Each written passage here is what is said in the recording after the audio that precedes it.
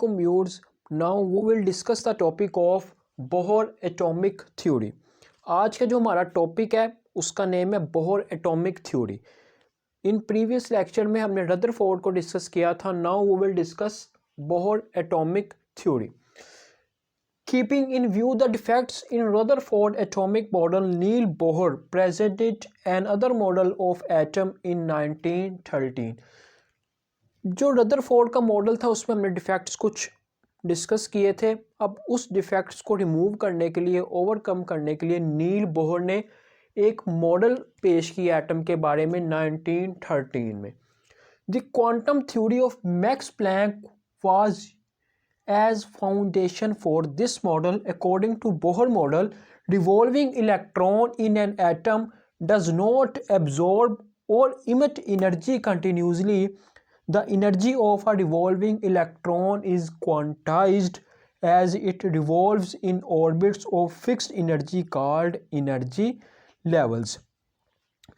Rutherford कहता था कि ये जो स्पेक्ट्रम बनते हैं कंटिन्यूस स्पेक्ट्रम, उसने हमें कहा था कि ये जो स्पेक्ट्रम होता है ये कंटिन्यूस स्पेक्ट्रम बनता है। लेकिन डिफेक्ट्स में जब हमने उसके डिस्कस किया था तो हमारे पास लाइन स्पेक्ट्रम ऑब्जर्व था, मींस लाइन स्पेक्ट्रम बनते थे, तो उसने उसकी भी कोई वजाहत नहीं की थी। अब बोहर आया। बोहर क्या कहता था? बोहर कहता है कोई भी इलेक्ट्रॉन ना ही तो एनर्जी एब्जॉर्ब करता है ना ही इमिट करता है कंटिन्यूसली। अब कब वो एब्जॉर्ब करता है और कब वो रिलीज़ करता है एनर्जी, तो हम इसके पास्टुलेट्स में डिस्कस करेंगे। जस्ट उसने पहले उसके मॉडल के मुताबिक सबसे पहले तो हमें ये क्लियर होना चाहिए कि जो इलेक्ट्रॉन है ना ही तो एब्जॉर्ब करता है एनर्जी ना ही रिलीज़ करता है continuously, and the energy of a revolving electron is quantized. Means जो भी इलेक्ट्रॉन्स किसी भी शेल में रिवॉल्व कर रहा है तो उसकी एनर्जी क्या होती है? फिक्स्ड होती है, क्वांटाइज्ड होती है, सेम होती है, चेंज नहीं होती। And it revolves in orbits of fixed energy called energy levels. अब देखिए हम एक डायग्राम की तरफ चलते हैं तो आपको क्लियर होगा। अब ये मैंने शेल्स KLMN 4 शेल्स मैंने ड्रॉ किए हैं। अब इस जो ऑर्बिट है एंड इस ऑर्बिट या शेल्स का आप वर्ड भी यूज़ कर सकते हो, इस शेल की और इस शेल की, इन चारों शेल्स की एनर्जी क्या होती है? डिफरेंट होती है। बट जो इस ऑर्बिट की एनर्जी है हर इलेक्ट्रॉन के लिए वो क्या होगी? सेम होगी। बट जो रदरफोर्ड वो कहता था कि इलेक्ट्रॉन जो होते हैं वो कंटिन्यूस एनर्जी रिलीज़ करते रहते हैं और लास्ट पे आके वो न्यूक्लियस पे गिर जाते हैं एटम के, और वो एटम क्या हो जाता है? फिनिश हो जाता है। बट ऐसा नहीं होता था, जिसकी वजह से बोहर ने उसका मॉडल दिया और जो ये उसके डिफेक्ट्स को ओवरकम करने के लिए था। अब डायग्राम की तरफ चलते हैं। अब जब भी इलेक्ट्रॉन अपर शेल से लोअर शेल्स में आएगा तो एनर्जी रिलीज़ होती है। अब एनर्जी रिलीज़ क्यों होती है मैं अब डिस्कस करता हूँ। अब जब भी इलेक्ट्रॉन लोअर ऑर्बिट से या लोअर शेल में से अपर हायर ऑर्बिट की तरफ या हायर शेल की तरफ जाता है तो एनर्जी एब्जॉर्ब होती है। अब इसकी रीज़न क्या होती है ये सुनो। जब अपर से लोअर ऑर्बिट में इलेक्ट्रॉन गया एनर्जी रिलीज़ होती है। इसकी रीज़न ये है कि जैसे जैसे हम शेल्स बढ़ते जाते हैं उनकी जो ऑर्बिट की एनर्जी है वो भी क्या होती रहती है? बढ़ती रहती है। लेट सपोज मैं आपको मिसाल देता हूँ कि इस ऑर्बिट की जो एनर्जी है वो 5 है। इलेक्ट्रॉन की जो एनर्जी है इस ऑर्बिट में 5 है। अब इलेक्ट्रॉन ने इस ऑर्बिट से इस ऑर्बिट में शिफ्ट होना है तो क्या करेगा? तो इस ऑर्बिट की एनर्जी है 3.5। लेट सपोज मैंने अपने से वैल्यूज ली हैं। तो इस इलेक्ट्रॉन जब इस शेल में डाइवर्ट होगा, कन्वर्ट होगा, शिफ्ट होगा तो क्या करेगा? तो अपनी जो एनर्जी एक्स्ट्रा होगी वो रिलीज़ करेगा तो लोअर ऑर्बिट में क्या हो जाएगा? शिफ्ट हो जाएगा जितनी ऑर्बिट को एनर्जी रिक्वायर्ड होगी। That's why the energy is released when electron from jumps higher to lower orbit. इसी तरीके से जब लोअर से हायर ऑर्बिट में जाएगा तो एनर्जी एब्जॉर्ब होगी। क्यों? लेट सपोज जो एल शेल है उसकी जो एनर्जी है वो 2 है एंड देन वो चाहता है कि मैं थर्ड पे चले जाऊं तो इसकी हमने एनर्जी कितनी मैंने सपोज की? 3.5। तो क्या करेगा कि 1.5 एनर्जी वो एब्जॉर्ब करके क्या आ जाएगा? हायर शेल में चले जाएगा, जिसकी वजह से एनर्जी क्या होती है? एब्जॉर्ब होती है।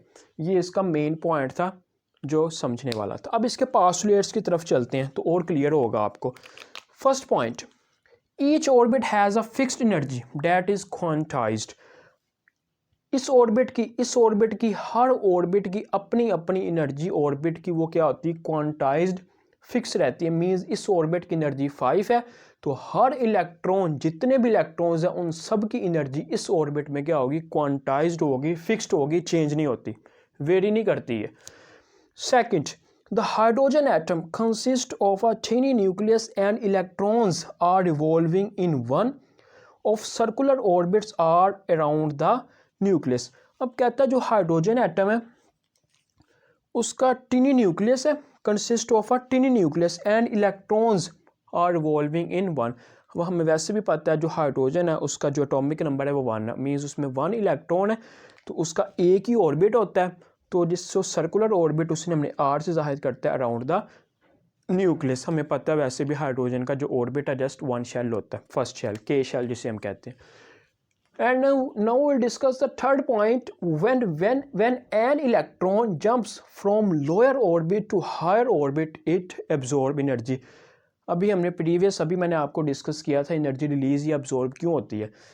But when it jumps from higher orbit to lower orbit it radiates energy. Means आप रिलीज का वर्ड भी यूज कर सकते हो, रिलीज करती है energy.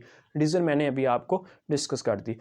And the change in energy delta E. अब जो चेंज आया एनर्जी में, जब हायर से लोअर में गया या लोअर से और हायर में आया, जो चेंज आया एनर्जी का उसे हम डेल ई से चेंज करते हैं। डेल का मीन्स है change. Energy is given by following Planck's equation भी इसे कहते हैं। Del E is equal to E2 minus E1 is equal to H V, where H is Planck constant is equal to 6.63 multiply by 10 की power minus 34 joule second and frequency of light. When we unit use in V, then we use the frequency of light. And the last point is electrons can revolve only in orbits of a fixed angular momentum. Sorry, the word angular momentum means इस point, ये very important point है, clear होना चाहिए।